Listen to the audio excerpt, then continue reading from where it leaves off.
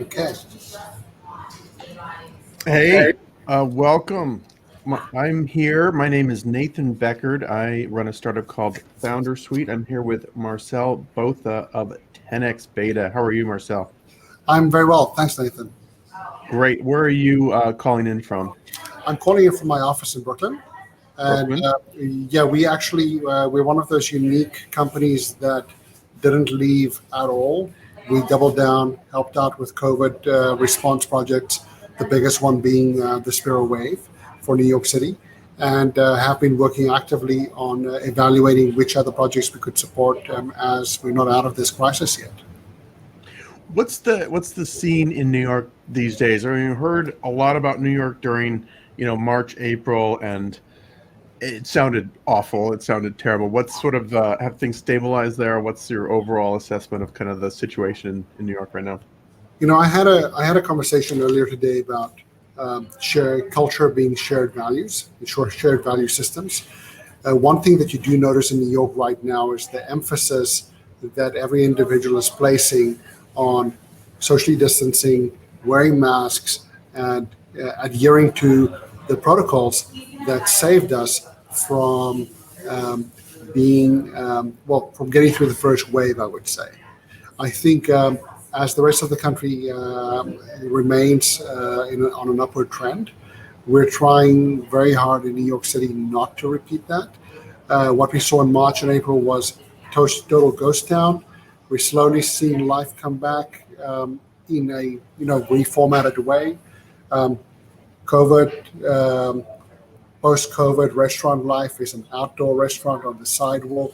So definitely challenging New York's previous or prior laws around urban cafes, which we never had because somebody needed to make money on a table on the sidewalk. So really there are interesting things happening that are reformatting our lives from what we knew it. I think everyone is antsy to get back to normal. I say to my people and to teams, there is no normal. There's like this: what the future is going to be designed to fit within the constraints that are thrust upon us by COVID, and we have to be extremely creative in how we get things done, how we behave as a group to make sure that we have control over the situation. Yeah, I want to talk about your response to COVID, but before we get there, let's start with the basics. What is 10XBeta? What did you guys do before COVID? Yeah, it's a very interesting month. 10XBeta is 10 years old this month, and I am an architect who decided in my early 20s that I didn't want to be an architect. I would rather be in product development. So I went to MIT to study product development in the early 2000s, and I've been working on product development in IoT and medtech, robotics for 15 years. I've started many companies, and I work between venture and product development, and have done so for most of my professional career. I work on a lot of medical devices, electric wheelchairs, drug delivery systems, contact tracing systems, contactless interaction monitoring systems. So the Spiral Wave was an extension capturing 10, 15 years of knowledge and just bottling it up and delivering something in 30 days. It wasn't something that was completely out of left field in terms of the type of innovation projects that we have done. It was just faster than anything I've done before. Yeah, and I want to get to it. I want to hear a little bit more about the core business though. So 10XBeta it's a company that's hired by other firms to help design products, or are you designing products and spinning them out onto the market as your own products? We do both. We are a venture studio where we a couple of the products we own, and we are the majority stakeholders, and other where we build the entire business. So from concept to launch, everything. And then with our consulting clients, they typically they come from four sectors: corporate innovation, advertising, startups, and government. So we serve all those sectors, and we work differently with all of them. But we are like best described as an external skunkworks in the majority of those corporate innovation interactions. where we solve problems that are not that are hard for internal teams to solve because they don't want to go and hire a team of 20 people.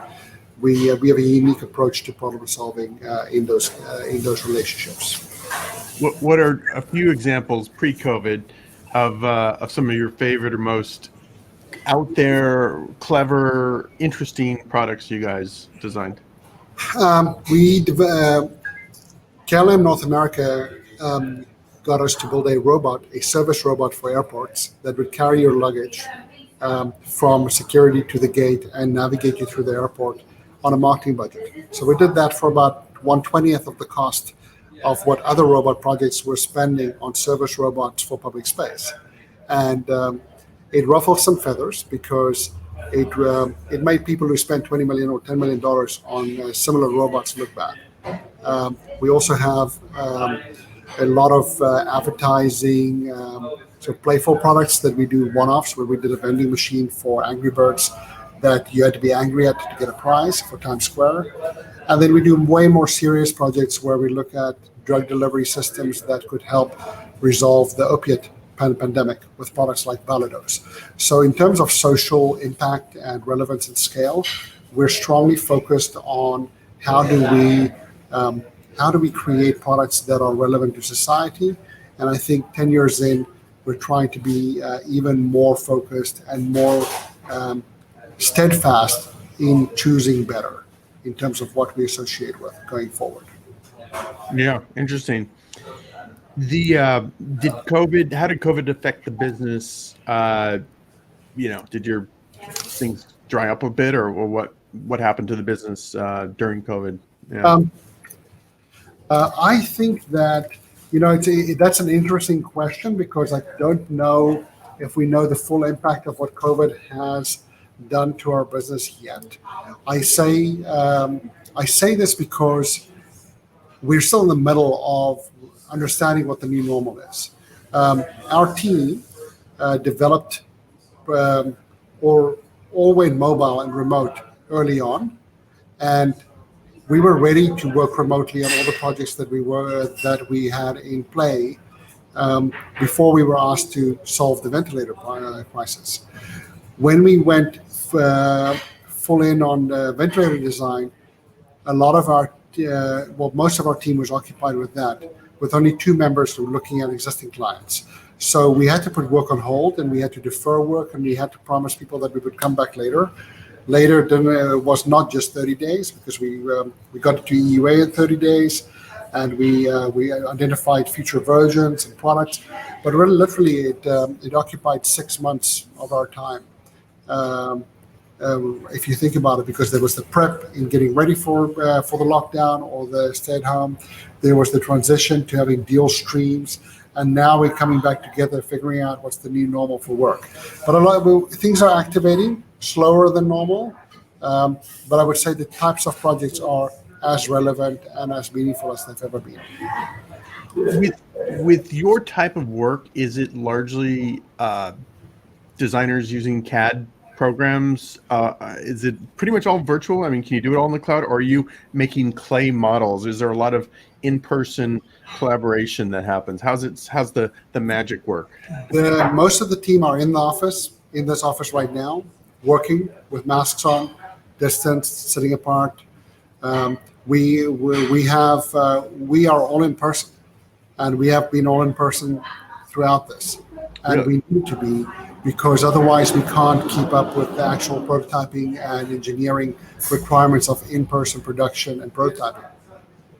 Yeah, interesting. So let's talk about the product you guys produced, kind of in response to COVID, which is, as you mentioned, Spiro Wave. So describe what that is and what it does. Yeah, so Spiro Wave is an automatic bag valve mask automator or squeezer. So basically, when an EMT picks you up in an ambulance and you need to be oxygenated or intubated, they squeeze a bag manually by hand, and that function of squeezing the bag is replaced by Spiro Wave. So that is an existing breathing circuit supply chain. Many companies make those parts. They're disposable, and that's one class of ventilation method, where a fully pneumatic ventilator that's $30,000 is another class of ventilation method. We automated replacing the person squeezing that bag and made that reliable to keep a person alive for 2 to 4 weeks during in an intubated state. Then we built multiple versions to add functionality to what that might be. The reason for doing that was in the beginning of March, pneumatic ventilator supply chains were extremely unreliable. We saw this with all the car companies that tried to build ventilators and no one knowing exactly when they were even going to be able to ship their first product. And when you say you're going to save the world and then you don't save the world, and you're a big company, everyone's very publicly annoyed with you. We were very much under the radar, not promising to save the world in any way, and I don't think we did save any part of the world just yet. I think we just made a meaningful contribution to our immediate community, and now we're looking at how that might support the rest of the world and be able to have meaning. Our team actually worked on 3 ventilators simultaneously, where our South African team worked on 2 open source ventilators with MIT, and Spiro worked on the New York ventilator with the New York team and MIT as well. Interesting. I remember early on in the pandemic, you see these charts, and especially in the context of New York, of, if the virus spreads at certain rates, what the hospital situation will look like, different graphs and kind of forecasts. And of course, in some scenarios, it was 5 people for every 1 available ventilator kind of scenario, right? It was dire. How did it actually pan out? Was there ever a severe shortage of ventilators? And I guess corollary to that is, how many of these Spiro waves did you get into the field? And what happened? So I'll answer that backwards. So we got 3,000 ventilators into the field for New York City. We have follow-on requests for a couple of thousand more from the World Health Organization and other not corporations, but countries and states around both the U.S. but also internationally. We are in the process of evaluating those requests and figuring out the production for future units. It's very costly to make a ventilator. We sold our units at a loss to New York City. How much? Can you give a price? Or they were sold at $3,300 a unit, and the actual cost is around $5,000 a unit right now. We have all of this is public domain knowledge, but we have the goal is to value engineer it, to make it more accessible for economies outside the U.S., to make it a long-term medical product, so 510K approval, not just EUA, and to make it really have meaningful utility beyond just COVID. A low-cost ventilator or bag automator has a lot of value to both ambulances, ERs, and ICUs.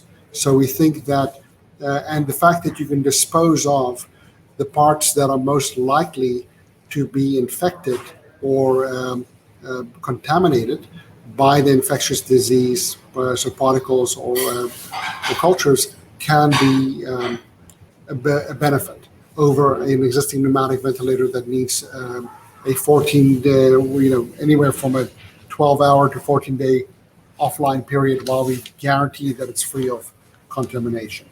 So we actively looked at where we fit into this unique new niche of product.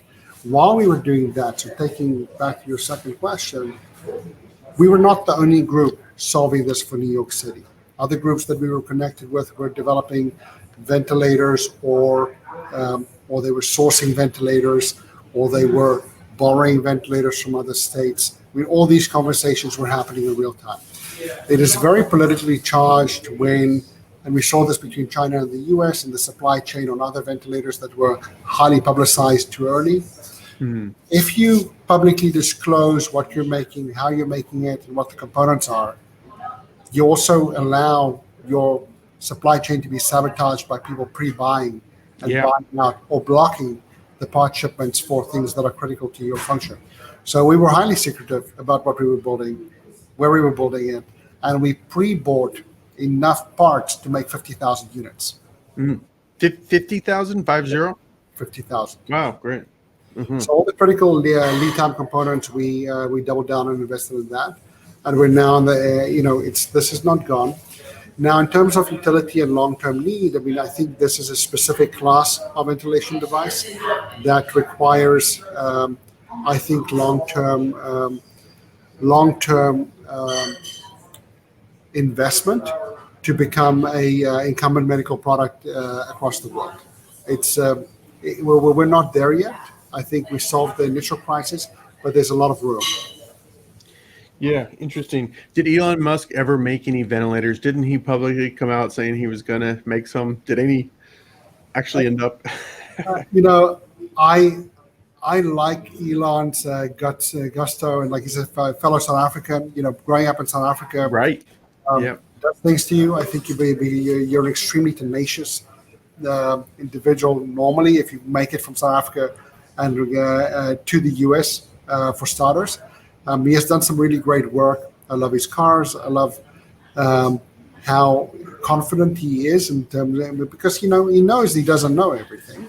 He just knows that he's smart enough to go and do the work to get to know just enough to be dangerous. When he started SpaceX, he publicly said, "I learned about rocket science and I spent 2 months learning about it." He didn't spend a 5-year PhD. Yeah. I think that he did come out and say we're going to make ventilators. He then, I think, attempted to buy a couple of thousand ventilators for California via Tesla supply chain, and a lot of those may have been BiPAP machines. I don't know the detail. The challenge is, at the time when everyone said we need a ventilator, all ventilators are not created equal. So even if you want to help, we didn't know how to treat COVID as a disease in March, like we know today. We know how to keep people off ventilators more effectively now, way better than we knew in March. There are body positionings, oxygen treatment. There are ways to keep your patient safer. Once you're on a ventilator, there's a high risk of dying. That risk has also gone down because of additional steroids and antiretroviral drugs that they may administer during the intubation period. But it's much better if you had a choice to get sick today from COVID than 6 months ago. Yep. And hey, I'm not trying to diss Elon Musk with that question, because he's saving us in many other ways. He's going to save the human race. So, but he did what everyone else did. He says, "I'm going to save the world," and then he didn't. And then you can't with medical devices. You don't get second chances. You don't get, a pass. If your device, your life-saving equipment doesn't do what it says it does, then it has zero value to the patient, and that patient will die. So if a ventilator is needed and you don't have one, you die. Let's talk about, I was looking at the blog post a little bit. Sounds like one of, key attribute of your product is it's a little simpler, more off-the-shelf components to it. Let's talk about supply chain a little bit, because I think one of these things that's become aware in this whole pandemic is how reliant we are on China. For everything, not only parts but drugs. I mean, everything, right? So, are you able to build this with U.S.-made components, or it's still China-based, but you're able to buy 50,000 units or supplies for 50,000 units? What's the supply chain look like? Do you have an advantage there? Yeah, I mean, the supply chain was truly global still. When we were in a position to buy American over even at a premium, like for instance on the motor drive. The motor, we had access to 100,000 motors if we wanted them from China. But we also found a much higher quality motor out of upstate New York that was 4 times the price or 5 times the price, but that would save us time. So the first 3,000 units were supplied by that motor from upstate New York. That was a really high quality BLDC controllable robotics motor that has a lineage in medtech products. So that part, for instance, was a good example of that. A part where we had no control over where it came from. It came from wherever there was stock, and we spot bought parts from all the main electronic suppliers. We had custom ones made in Boston from all sensors, and we bought all the supply that Honeywell would sell us from the global supply chain was the air pressure sensor. You need an air pressure sensor to make sure that what you're pushing into the patient in terms of air volume is safe and is not overpressured. And we needed to make sure that part was in large supply. So that was one of probably the most crucial components. There are on the electronic side resistors and parts that may have come from China, or most likely did, and were fed into DigiKey and Mauser and all the electronics supply platforms that we typically use for prototyping. We spot bought all the stuff that was in supply in the US already, and we built all the electronics in-house. And the big thing about Spiro, the benefit of it was a three company consortium. It was New Lab, 10XBeta, and Voice Technologies. Voice is a vertically integrated R&D and manufacturing facility, and highly specialized in. They make life-saving equipment, they make telecom equipment, and they do everything in-house. Wiring harnesses, SMT line, electronics programming, R&D, everything, metal fabrication, machining, finishing, everything happened on site. And the whole idea of what, I think the benefit that we had over other groups was that we on day one said, and this was Charles Boyce that really promoted this, if it can't be made in this building, the design is flawed. Interesting. And that's how we made it in 30 days. If we had relied on any external supply chain that we could not manipulate or accelerate with a lot of existing relationship knowledge or money, then we would fail. And one component can make a whole product fail because every component that's absent is a critical component. What was the hardest part of getting this to market? You can approach this from one or multiple ways of product design, supply chain, team or interpersonal relationships, or even dealing and selling to hospitals. Like, what was the hardest part, or choose from those if you wish, or go off script? I think the doctors that we engaged with, all the top doctors from New York came to visit multiple times, gave their input. Dr. Albert Kwan, who's at Westchester Medical Center, was the lead clinician on the project. And we had, the doctors were great. While they were, figuring out in real time how to treat COVID better, they took time when they weren't working. They would come and check in with us, either via video or in person, to make sure that their voice was heard in the development of the device. So their input was invaluable throughout this process. We didn't sleep much. Most of the team and the advisors, the clinicians, in those 30 days that we had that sprint, and the subsequent 30 days effectively, had many say, if not sleepless nights because you didn't know what to do, sleepless nights because we were just working nonstop. But they were great. Then interpersonal relationships, I think my success in participating in this project was not technical only. I think as a group we delivered, and we were successful at meeting the goal that we set out as a team. Between Scott, myself, and the rest of the team members, a lot of energy was spent on also managing people and interpersonal relationships, and the stress that comes from compressing 12 months of work into 4 weeks, because you're also compressing 12 months of human behavior and human interaction into 4 weeks. And that combined with, existential stress plus no sleep makes for a melting pot that most people make reality TV shows of. I bet that would actually probably be an interesting reality TV show if someone followed you guys around with a camera. Right.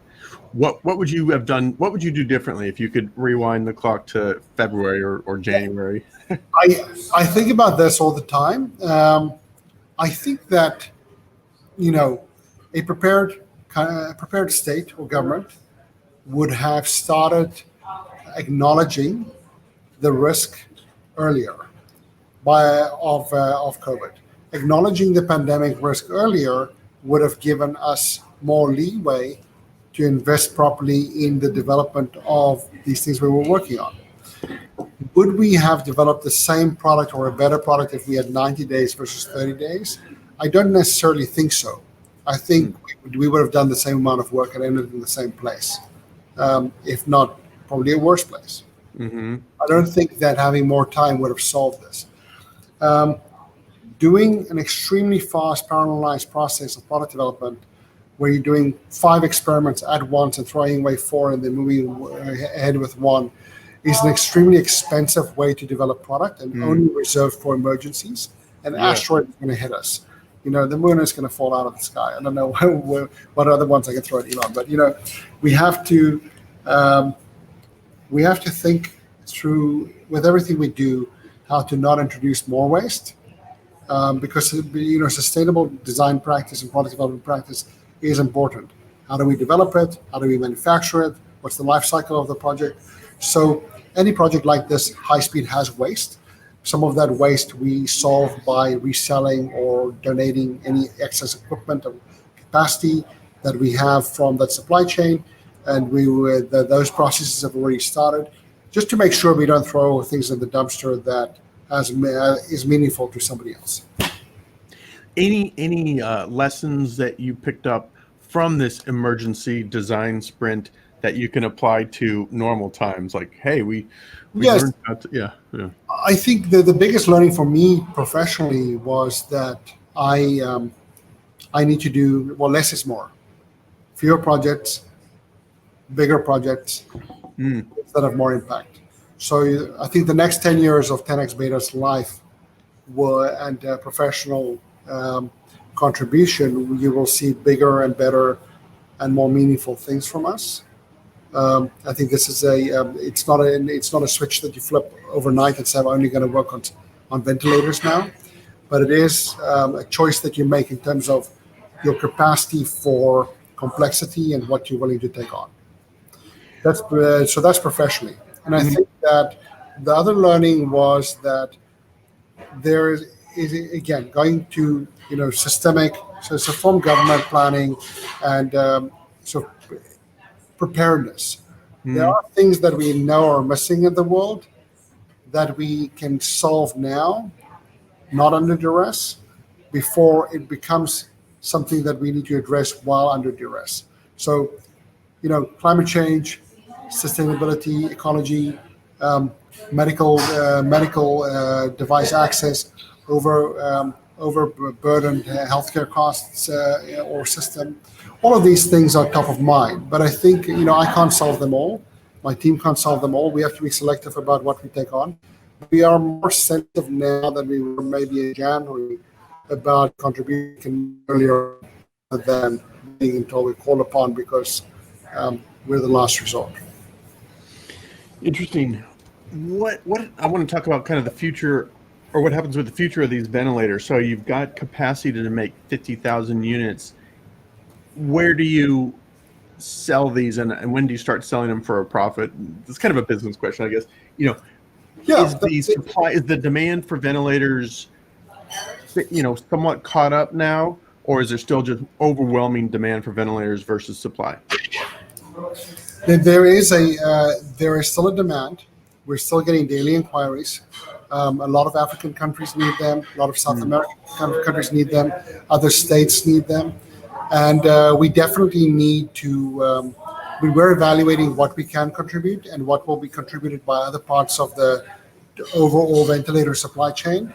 We have to, it's very expensive to make a ventilator, and we have to actively engage in figuring out where do we fit into that supply chain.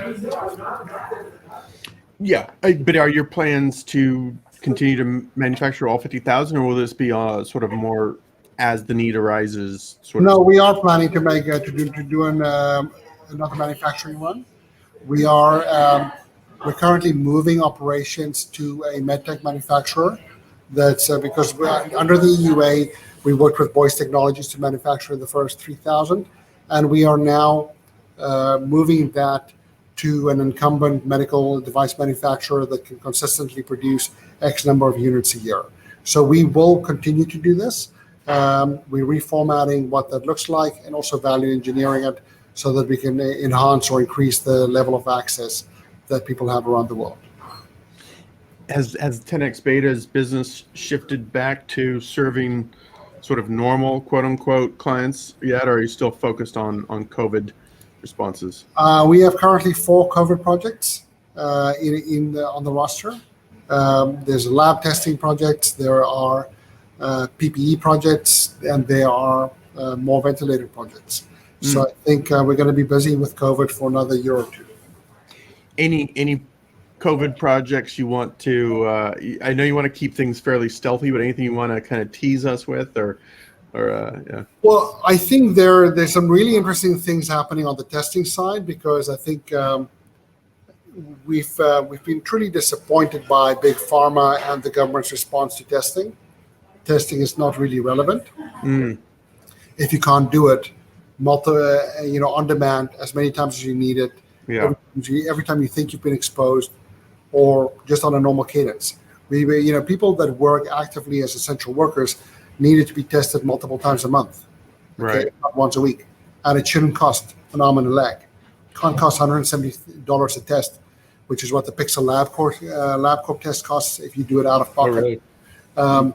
If you're going to do it 3 or 4 times a month, and is that cadence enough? So to truly figure out how to do contact tracing plus testing, you need to do what I would refer to as real-time testing. There are some interesting things coming out of the lab, not necessarily from the healthcare industry, but from adjacent chemical sort of engineering industries that I think are really applicable and promising, is what I would say. Interesting. Yeah, the testing out here in Northern California, hotbed of technology.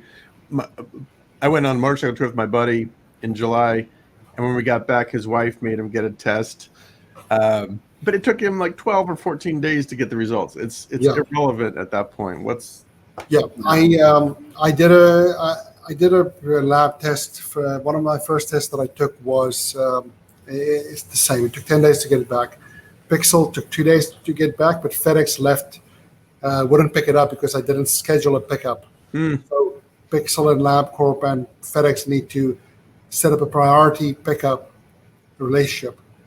Even though the FedEx guy came every day, he's like, oh, no pickup was scheduled. I'm like, it is important that you take it seriously and take it. So that test was negative, and so have all the others been, but I question whether the sample was preserved for the 3-4 days to get there versus the 1 day. So you've got to ask these questions in terms of supply chain breakdown, or logistics breakdown in this case.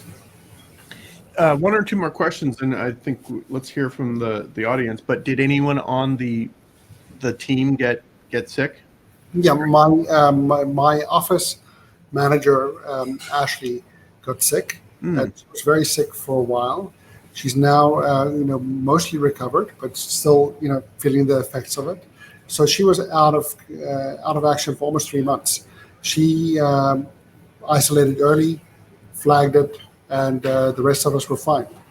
But yeah, it is important to acknowledge the detrimental effects of getting the disease. It's not just a cold or a flu. Yeah. And circling back to a question I brought up earlier, did New York ever run out of ventilators? I know there were dire warnings that they were on track to. Did it ever hit? So that ties. I didn't answer that question. Yes, because so many groups were working on sourcing ventilators from New York. Governor Cuomo said we needed 40,000, so that became our sort of target, our North Star for New York. that was as they sourced more ventilators, that number became lower and lower because they were solving things in real time. We solved for the EUA the same week that we were going to run out. Oh, interesting. And we were like, no one, like, I don't know what the number was, how close we came, but it was too close for comfort.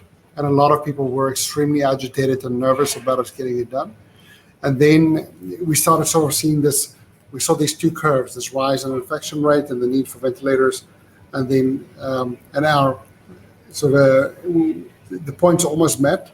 And then we delivered the ventilators and the demand went down. So the goal now is that a lot of the ventilators that we have are ready for an anticipated second wave, as well as emergency stockpile use. We spoke also with the military about contributing to the emergency stockpile nationally. Yeah. All these conversations are in motion. Interesting. Sort of a total tangent here, but do you think New York will ever recover, or when New York? You hear that you can get amazing 2-bedroom apartments in Manhattan for $3,000 now. Like, the supply of really great housing in New York is suddenly skyrocketing. What do you think the future of New York, maybe the entrepreneurial scene there in New York as well, which was really flourishing, for a while?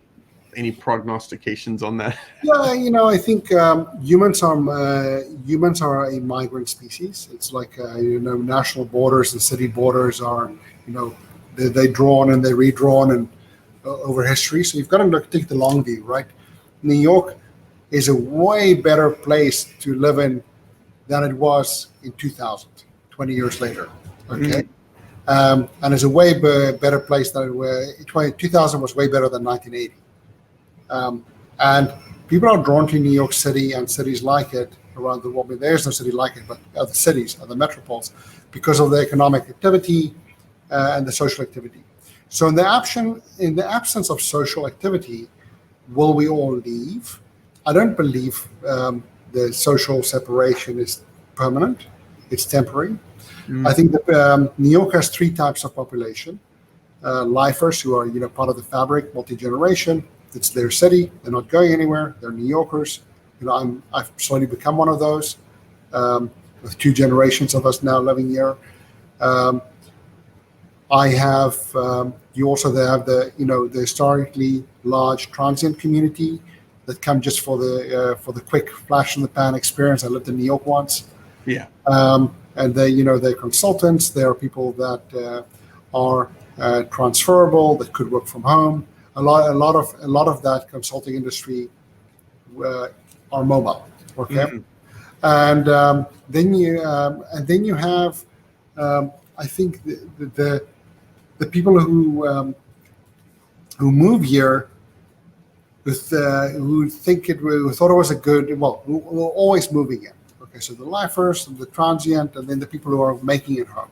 So I think it's been hardest for the people who moved here who have not fully acclimatized, because they're like, what's better? Where's the grass greener? The reality now in the U.S., there's not. I mean, New York is a hard city when everything's perfect. It's right. So it filters out. It's not relaxing if you don't have your act together.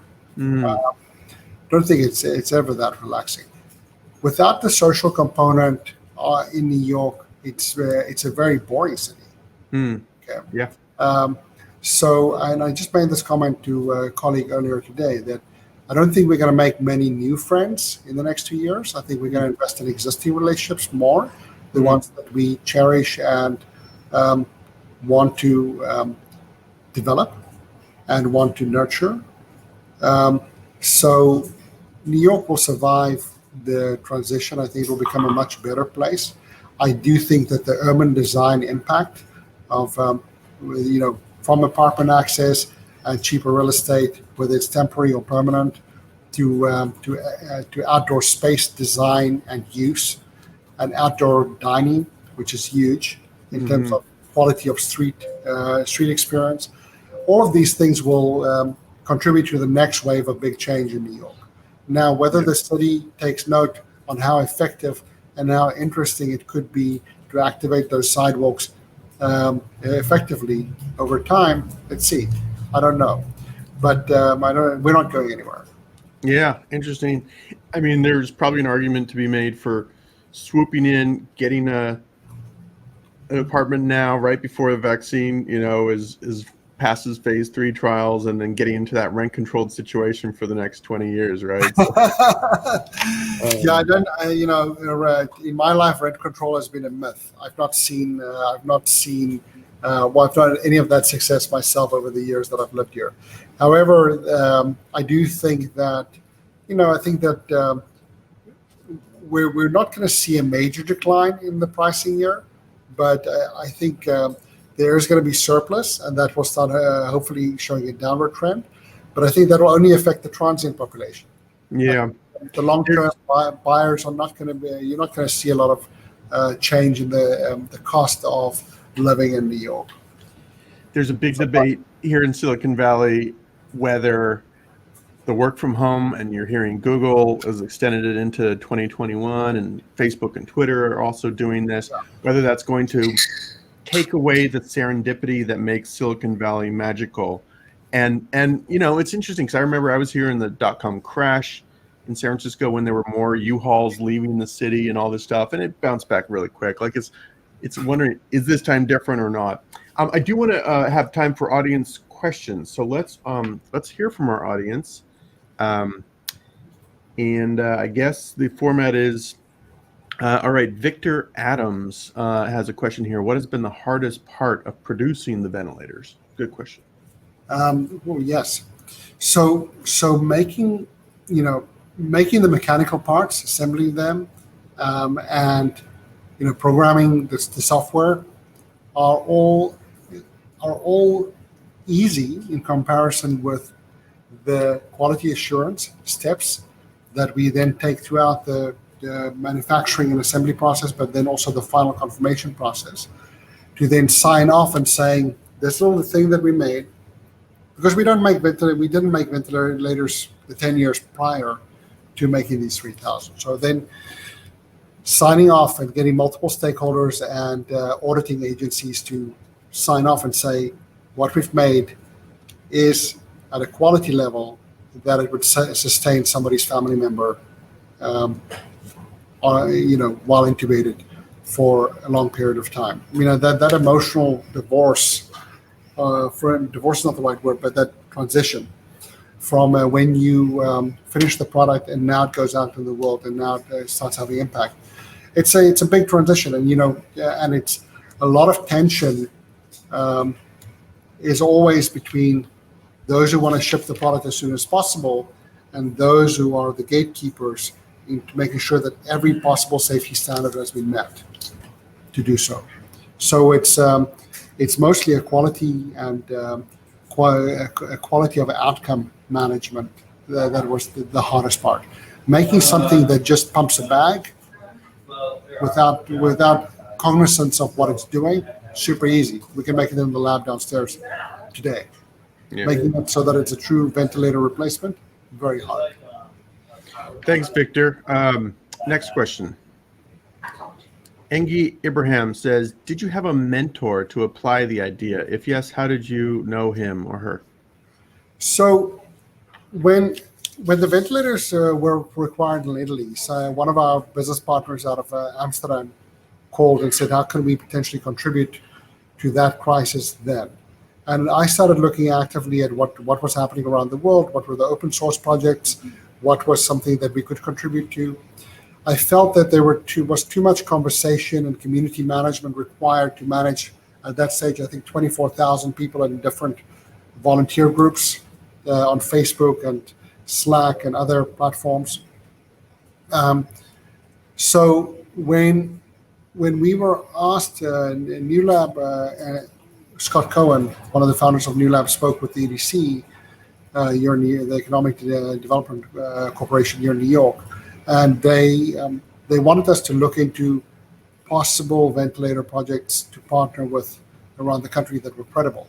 So we made a few calls to people that we believe are thought leaders when it comes to engineering and science. And Saul Griffith recommended.